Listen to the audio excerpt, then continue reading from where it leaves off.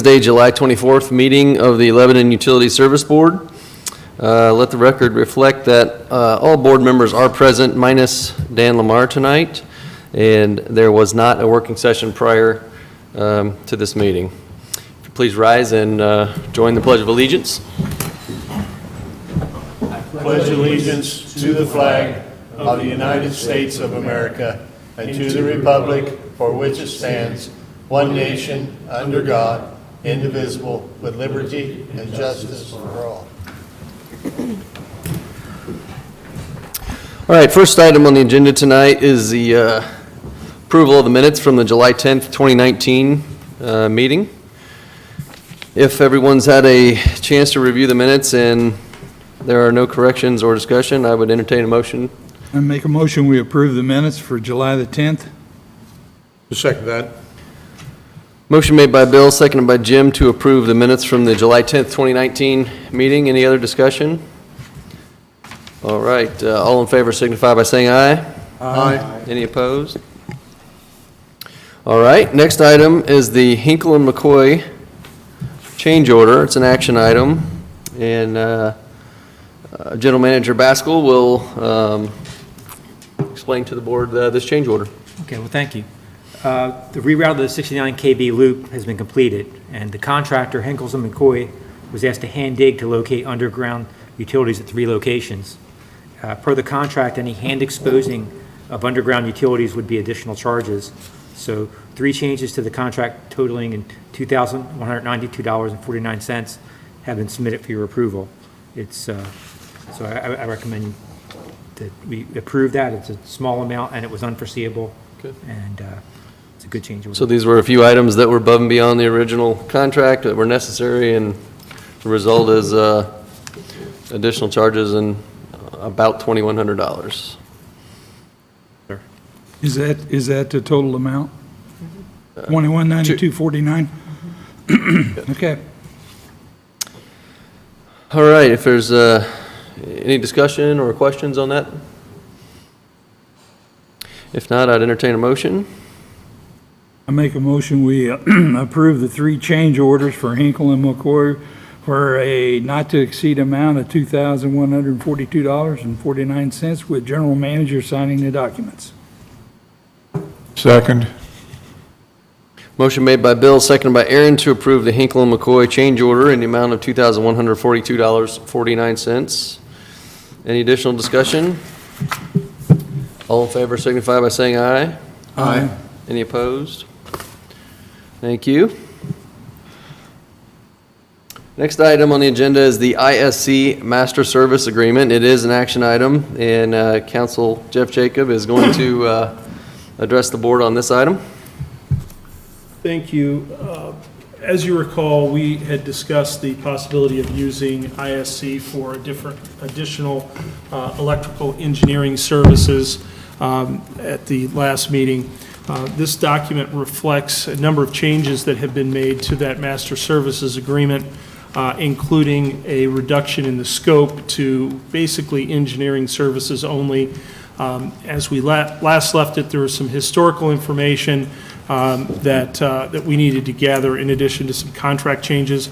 This document reflects those changes. ISC has agreed to all of our changes, and/or we went through and narrowed the scope of the agreement so that some of the concerns that I had were not needed. What I do want to reiterate is that this is somewhat of a, I don't want to call it a standby agreement, but it's a, I guess better described as a as-needed agreement. So this does not commit us to using ISC for anything right now. We would do that on a project-by-project basis, and the next electrical engineering services project we would have, we would present that to ISC and/or Spectrum, have them take a look at it, get their thoughts, and then come back to the board with a work order or service order that would attach to or be a part of this agreement for approval. Okay. I have a question. I thought I'd received an email to indicate that this was not an action item tonight. Did I mistake in that, or? I don't recall seeing that or sending that. If it was done in, I don't recall that. But the intention was that we had changes on this agreement that were somewhat fluid. I know that it did get sent out Friday with the, I don't believe it got sent out with a normal packet on Friday. It may have come from me later in the day. Was that possibly item 7, the 69 KV update, and where action was out there originally? Right. I think Linda sent an email, if I recall, but. The 69 KV update by the general manager originally said action, and I resent changing that Okay. to information. Thank you for setting me straight. Yeah. All right, we have any other discussion or questions on the ISC master service agreement? All right, if not, I would, hold on a second. We have a motion on, I'd entertain a motion on item 5 then. I'd make a motion to accept master service agreement with ISC and authorize General Manager Ed Basquel to sign the document. Second? Motion by Jim, seconded by Bill, to approve the ISC master service agreement. Any other discussion or questions? All in favor signify by saying aye. Aye. Any opposed?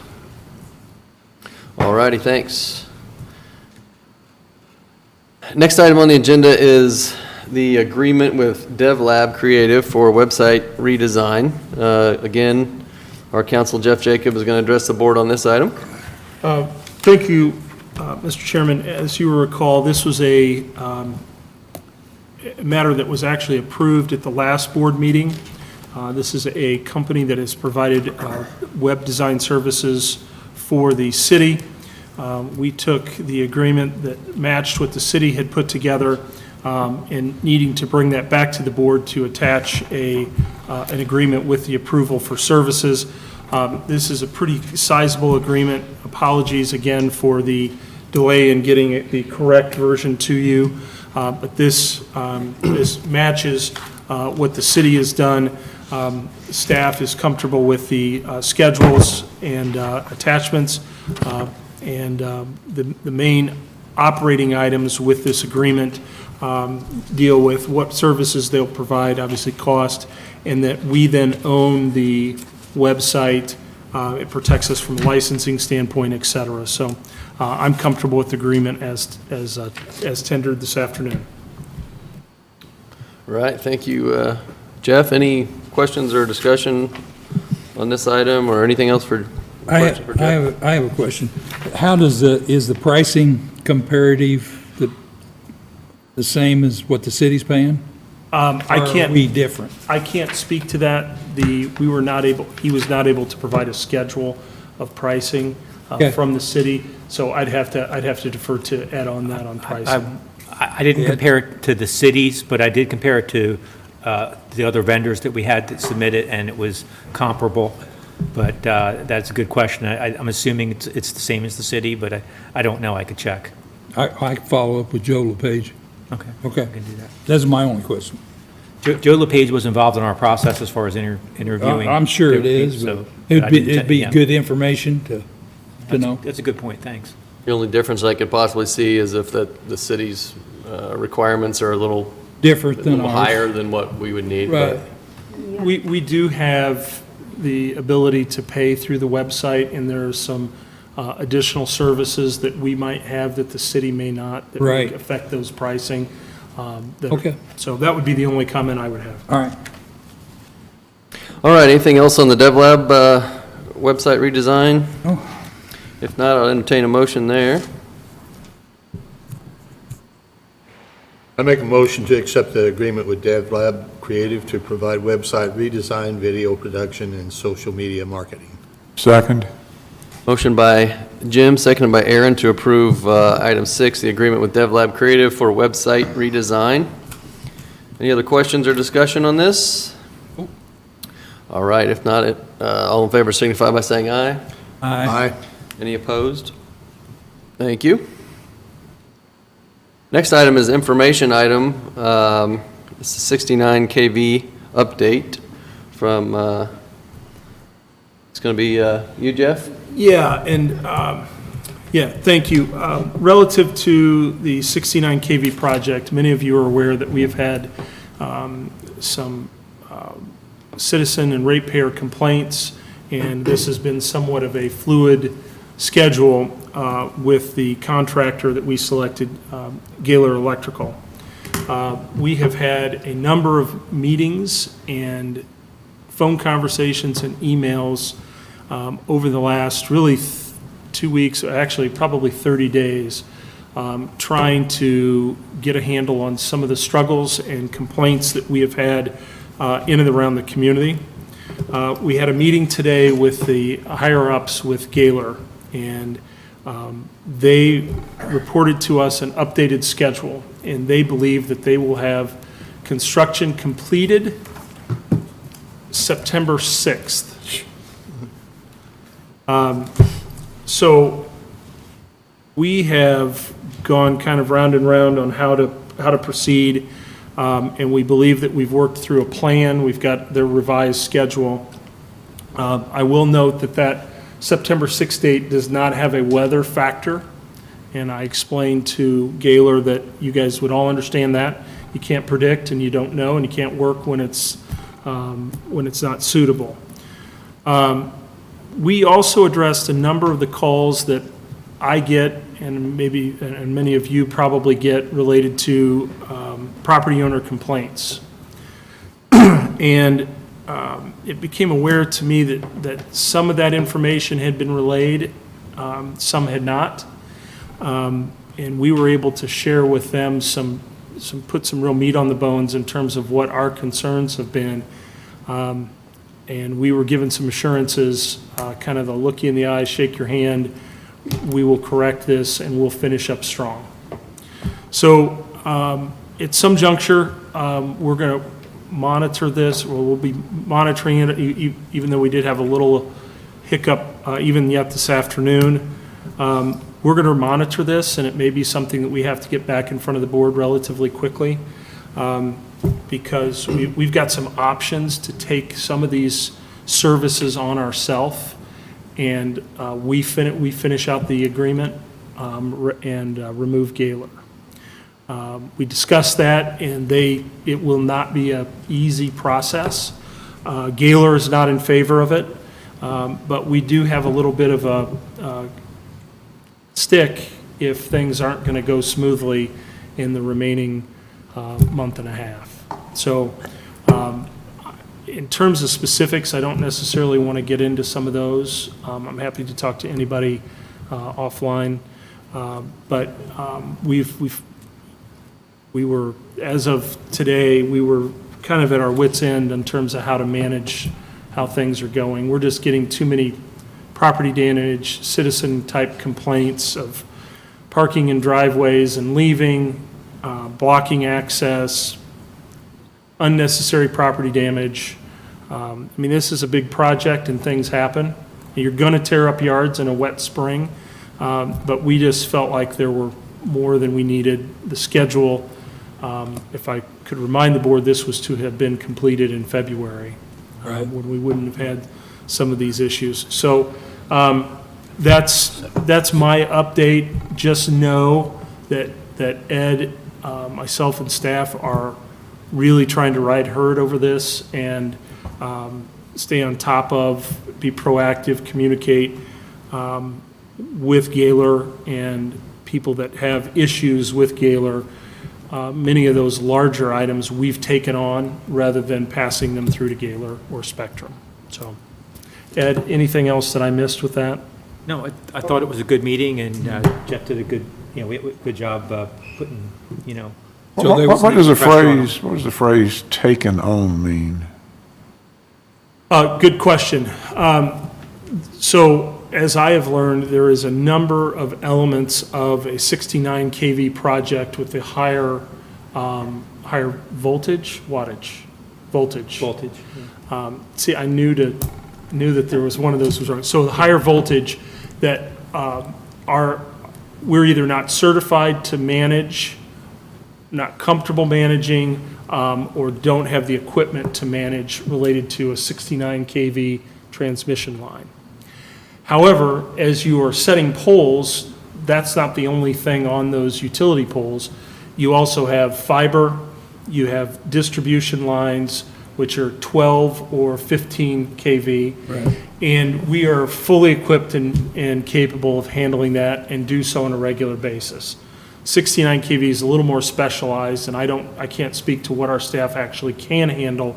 It's really what comfort levels are and equipment is my understanding. So what we would potentially do is step in and take over some of the distribution line connections and attachments to the poles.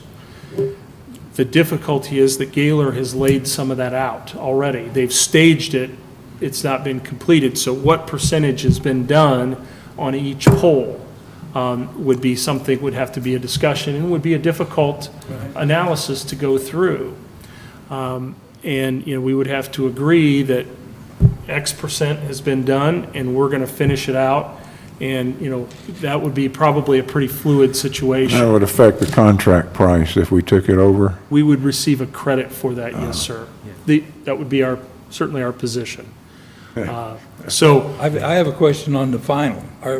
Are we going to need Gaylor to make the final connection on the cave, on the? so they don't make the final connection, jump in here anywhere, Ed, but We do?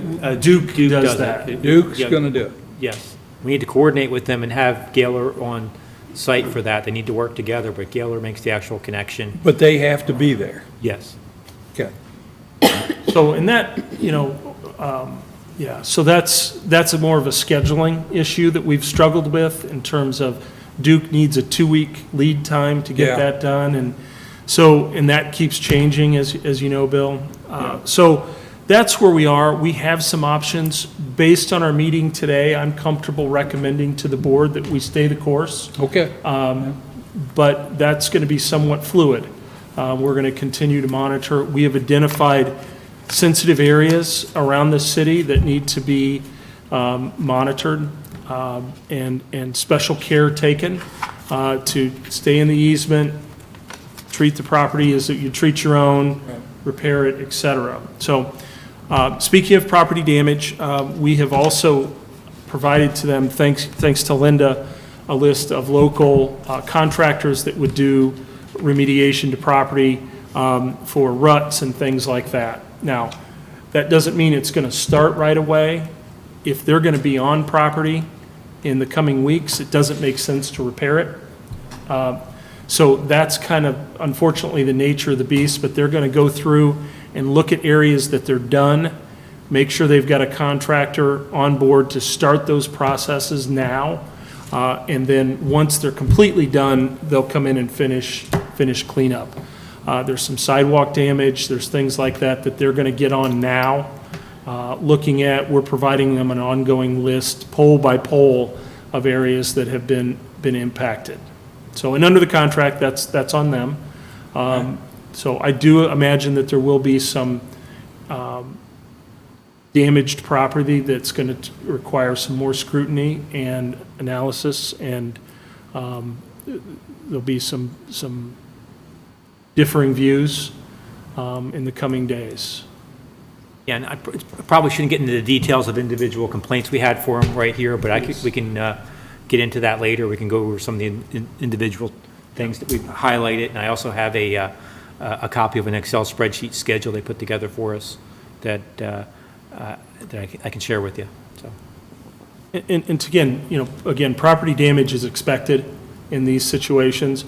The degree and preventability is one that we could certainly, that reasonable minds could differ, and that was part of our discussion today. Okay.